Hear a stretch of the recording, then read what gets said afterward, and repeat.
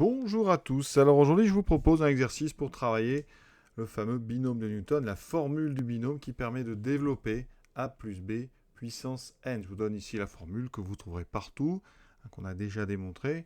On en reparlera d'ailleurs parce que c'est très très important. Et cette formule, elle va servir notamment ici, pour la question 1, à développer x plus 1 puissance n. Pour développer x plus 1 puissance n, on va prendre le binôme, on prend a égale x, b égale 1.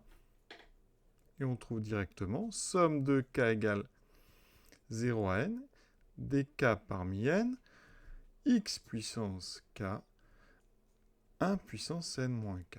Et donc vous voyez que x puissance n, eh bien, c'est un polynôme, ici, 2 degrés donc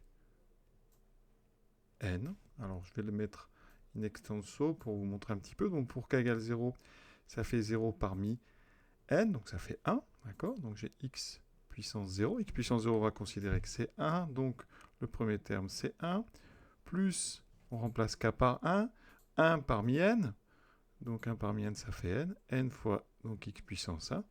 Ensuite, 2 parmi n, donc ici on va écrire 2 parmi n fois donc x au carré, plus 3 parmi n, x puissance 3, etc.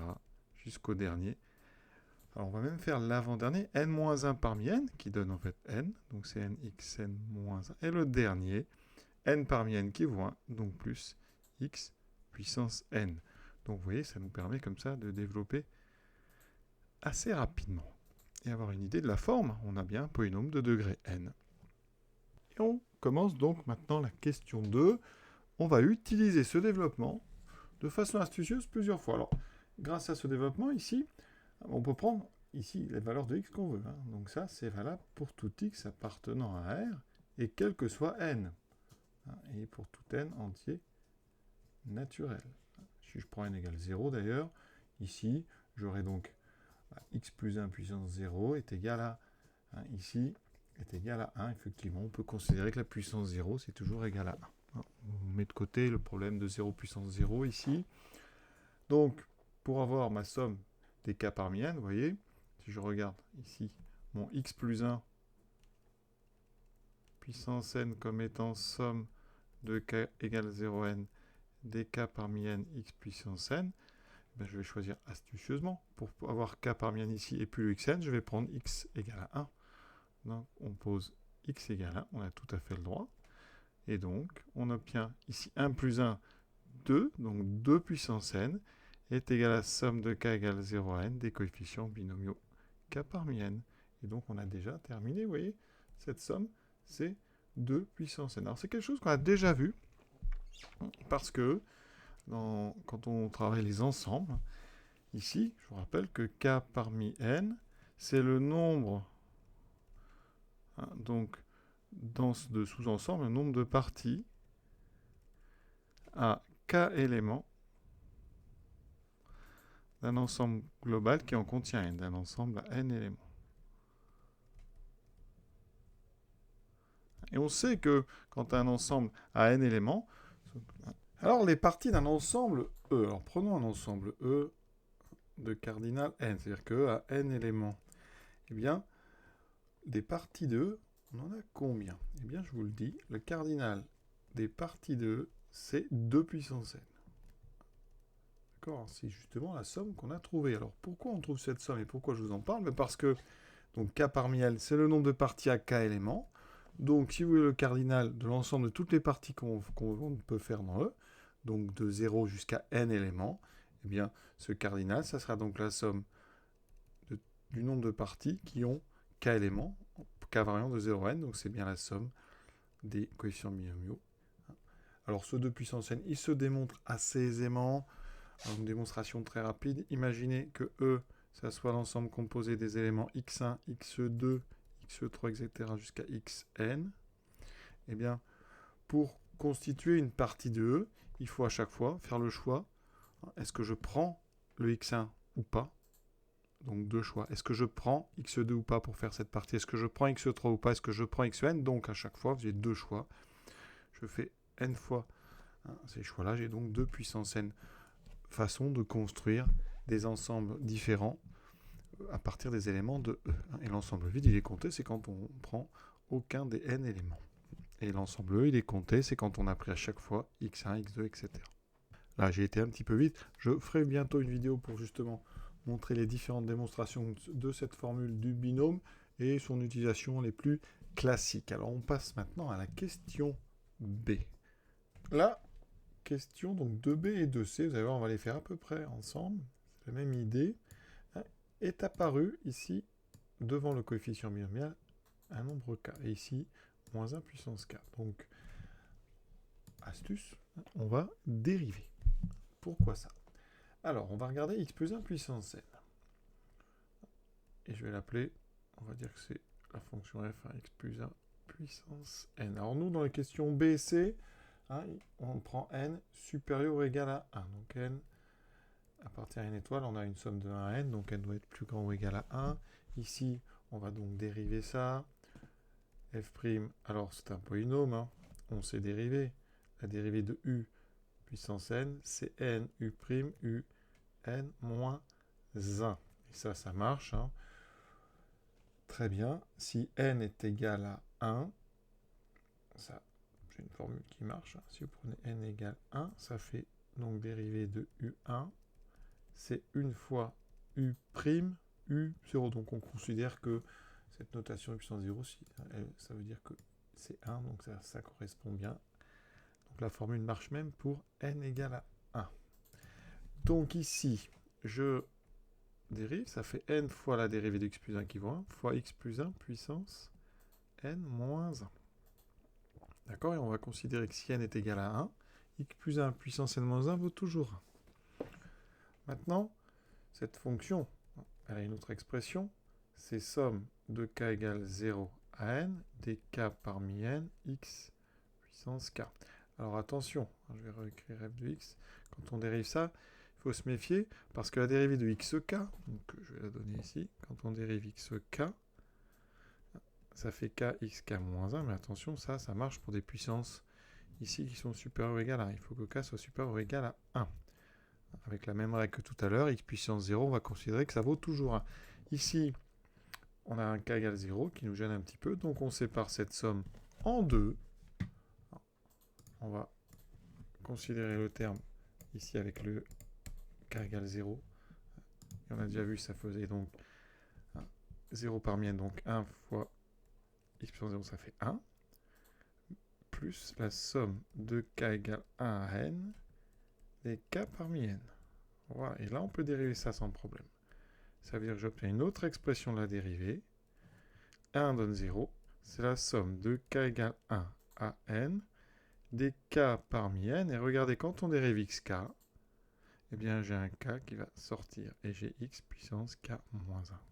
Et donc on a ce k fois k parmi n, et c'est ça qu'on va exploiter. Conclusion, on vient donc de montrer que n fois x plus 1 puissance n moins 1 est égal à la somme de k égale 1 à n, des k fois k parmi n, x puissance k. Voilà. Avec toujours des petits problèmes, on va dire, au niveau des puissances 0. Alors nous, ici, on ne va pas s'embêter parce qu'on ne va pas prendre x est égal à 0. Pour la première, la question B. Regardez bien cette relation. Quelle valeur de x pensez-vous qu'il faille donner pour qu'on fasse apparaître somme de k égale à n des k fois k parmi n? Eh bien, il faudrait qu'il n'y ait pas x puissance k moins 1, mais il suffit de prendre x égale 1. Donc, on prend cette relation pour x égale 1. Donc, à droite, j'ai bien somme de k égale 1 à n des k fois k parmi n, fois 1 puissance k moins 1, donc fois 1. D'accord? On aura même un 1 puissance 0, ça fera bien 1, on l'a dit. Et ça sera égal à, donc à n fois 1 plus 1, 2 à la puissance n moins 1. Et donc, vous venez de trouver la réponse à la question B. C'est donc n fois 2 puissance n moins 1. Pour la C, c'est la même relation qu'on va utiliser pour une autre valeur de x.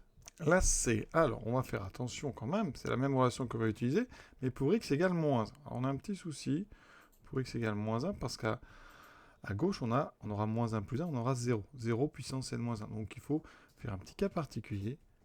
Si n est égal à 1, On va regarder tout de suite. Hein. La somme, elle vaut combien? La somme de k égale 1 à 1 des k fois k parmi 1. Il n'y a qu'un seul terme dans cette somme. C'est donc 1 fois 1 parmi 1, donc ça fait 1. Donc cette somme, dans ces cas-là, elle vaut 1. Et si n est différent de 1, dans ce cas-là, on utilise la relation. Pour x égale moins 1, ça me fait donc n fois 0 à la puissance n-1, puissance non nulle, donc n 0 puissance 1, 0 puissance 2, 0 puissance 3, tout ça, ça vaut 0. Donc à gauche, vous aurez 0, et à droite, vous aurez exactement somme de k égale 1 à n, dk fois k parmi n, multiplié par donc moins 1 à la puissance k moins 1. Alors, petite différence, ici dans la question, j'ai une puissance k, et moi j'ai une puissance k moins 1. Alors, ça va être tout simple, on va éviter le problème, parce que moins 1 puissance k moins 1, eh bien c'est moins 1 puissance k fois moins 1. D'accord? Donc ce moins 1 ici, ben, je peux le sortir, le mettre devant ma somme. Ici j'avais donc, à gauche j'avais 0, hein, puisque n était ici, c'était bon, donc ça fait ça est égal à 0. Je multiplie tout par moins 1, donc la somme de k égale 1 à n, dk fois k parmi n, moins 1 puissance k, est donc égal à 0. Voilà. On va regarder ça un petit peu sur quelques exemples. Alors, les coefficients binomiaux, vous connaissez, c'est le théorème de Pascal. 1, 1, 1, 2, 1, 1, 3, 3, 1, puis on va s'arrêter là. Bon, il faut connaître, hein, savoir comment on le construit. Ici, pour 1, on a dit c'est bon. Alors, pour n égale ici 2.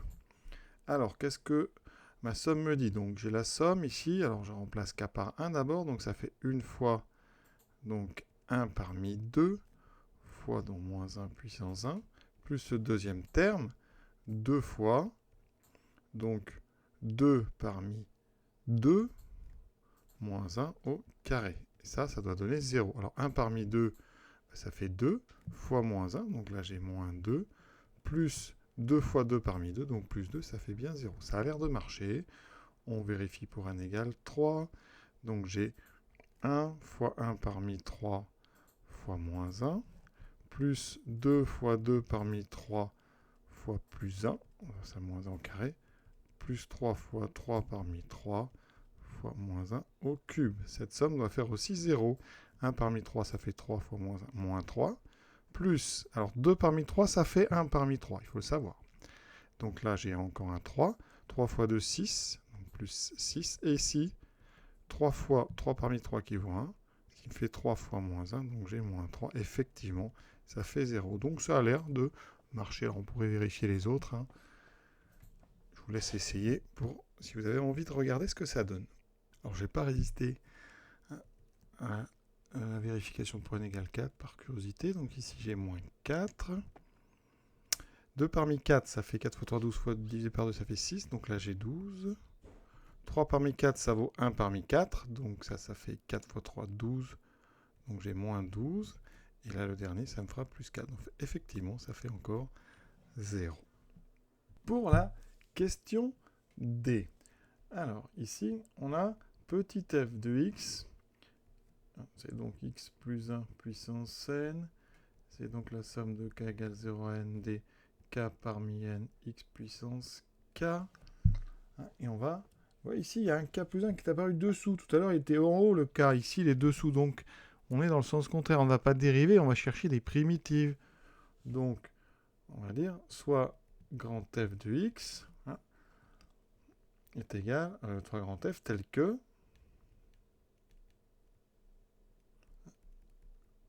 petit f prime, enfin grand f prime x, c'est bien petit f de x. Donc, grand f serait une primitive. Alors, à quoi va ressembler grand f? Primitive de x plus 1 puissance n, mais ça vous connaissez. Grand f de x, ça sera donc x plus 1 puissance n plus 1, divisé donc par n plus 1, plus une constante. Mais ça sera aussi égal à, ici, une primitive de cette chose-là. Donc ça sera une somme. Voilà, et on va prendre une primitive de chacun. Donc k parmi n, je n'y touche pas. X puissance k, une primitive, c'est x puissance k plus 1. Et on a effectivement un 1 sur k plus 1 qui apparaît. plus une constante 2. Et on va s'arranger pour que les deux constantes, évidemment, coïncident. Donc on va prendre une valeur donc, de x commune, par exemple pour x égale 0. Ça va donner quoi? À gauche, donc j'aurai 1 sur n plus 1 plus C1, qui doit être égal à, par exemple ici en 0, tout va faire 0, d'accord, puisqu'on a des primitifs partout, donc il restera C2. Donc il suffit par exemple de prendre C1 égale 0, et C2 égale 1 sur n plus 1. Donc on va faire ça, donc ici, voilà, et là je mets 1 sur n plus 1. J'obtiens donc la somme de k égale 0 à n des 1 sur k plus 1 fois k parmi n x puissance k plus 1 qui est égal donc à x plus 1 puissance n plus 1 sur n plus 1 moins 1 sur n plus 1. Et maintenant, c'est comme tout à l'heure, je peux utiliser ça pour des x bien choisis. Ici, ça va être comme pour la première question, on va prendre x égale 1. Pour x égale 1, qu'est-ce que ça va donner? Eh bien, ici, ça donne somme de k égale 0 à n, d1 sur k plus 1, k parmi n, fois donc 1 puissance k plus 1, donc ça fait toujours 1, égale donc à 2 puissance n plus 1 sur n plus 1, moins 1 sur n plus 1, qu'on peut écrire plutôt, donc 2 puissance n plus 1 moins 1 sur n plus 1. Et voilà donc cette somme déterminée. On va regarder par exemple pour n égale 3, on va peut-être faire n égale 2, voir si ça marche, j'aime bien toujours vérifier un petit peu. Donc pour n égale 2, ma somme elle vaut combien? La somme donc de k égale 0 à 2, d1 sur k plus 1, k parmi 2. Donc pour k égale 0, j'ai donc 1 fois 0 parmi 2, plus donc 1 sur 2, 1 parmi 2, plus 1 sur 3, 2 parmi 2. Ça donne 0 parmi 2, ça fait 1, plus 1 parmi 2, ça fait 2 fois 1 demi, ça fait 1, plus ici 2 parmi 2, ça fait 1, plus 1 tiers. J'obtiens donc 2 plus 1 tiers, ça fait donc 7 tiers. Et je regarde la formule ici. Qu'est-ce que ça donne pour n égale 2? Pour n égale 2, ça fait 2 puissance, donc 2 plus 1 moins 1, sur 2 plus 1, 3. Ça fait 2 puissance 3 moins 1 sur 3. Ça fait donc 8 moins 1, ça fait bien 7 sur 3. Donc ça marche très bien pour n égale 2. Pour n égale 3, on doit trouver combien? 2 puissance 4 moins 1 sur 4. 2 puissance 4, ça fait 16 moins 1, ça fait 15 quarts. Ma somme, elle vaudra combien? Donc, somme de k égale 0 à 3, des 1 sur k plus 1, ici, 3. Ça me donne, donc pour 0, 1 fois 0 parmi 3, plus 1 demi fois 1 parmi 3, plus 1 tiers fois 2 parmi 3, plus 1 quart fois 3 parmi 3. Ça me donne 1 plus 1 parmi 3, ça fait 3, donc 3 demi. Plus 2 parmi 3, ça fait 1 parmi 3 qui donne 3, donc ça fait plus 1. Et 3 parmi 3, ça fait 1, donc plus 1 quart. On met tout sur 4. Il me reste donc ici 4 plus 3 fois 2, 6 plus 4 plus 1. Ça me fait bien 15 quarts. Donc ça marche aussi, je pense qu'on ne s'est pas trompé. Et voilà cet exercice, assez joli quand même, parce que ça mélange donc formule du binôme, travaille donc sur les sommes, dérivation d'une somme finie, toujours ici ce sont des sommes finies, et on a même fait une intégration de sommes finies par la recherche de primitives. Donc un joli exercice. Je vous souhaite une bonne fin de journée et à bientôt.